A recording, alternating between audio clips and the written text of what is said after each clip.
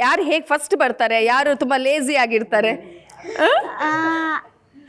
ಸುಬ್ಬು ಅಣ್ಣ ಲೇಟು ಅಂದ್ರೆ ಏನು ಮಾತಾಡಲ್ಲ, ಸುಮ್ಮನೆ ಇರ್ತಾರೆ. ಸುಮ್ಮನೆ ನಾನು ಫಸ್ಟ್ ಇಲ್ಲಿಗೆ ಬಂದಾಗ ನನಗೆ ಮ್ಯಾಥು ಗೀತೆಲ್ಲ ಹೇಳ್ಕೊಡ್ತಿದ್ರು, ಆಮೇಲೆ ಸುಮ್ಮನೆ ಆಗ್ಬಿಟ್ರು. ಅಂದ್ರೆ ಮಾತಾಡಲ್ಲ ಅವರು.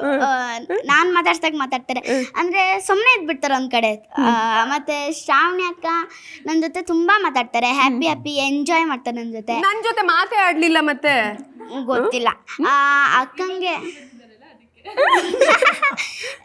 ಅಕ್ಕ ಮತ್ತೆ ಬೇಗ ಫ್ರೆಂಡ್ಲಿ ಆಗ್ತಾರೆ ಎಲ್ರ ಜೊತೆ. ಮತ್ತೆ ಅಜ್ಜಿ ನಂಗೆ ಇಷ್ಟ, ನಂಗೆ ಅಜ್ಜಿ ತರನೇ ಫೀಲು. ನನಗೆ ಇಬ್ರು ಅಜ್ಜಿ ಇದ್ರು, ಅವ್ರ ತರನೇ ಇದಾರೆ ಇವರು, ಸೇಮ್ ನಂಗೆ ಫ್ರೆಂಡ್. ಮತ್ತೆ ಇವ್ರಂದ್ರೆ ನಂಗೆ ಆಗೋದೇ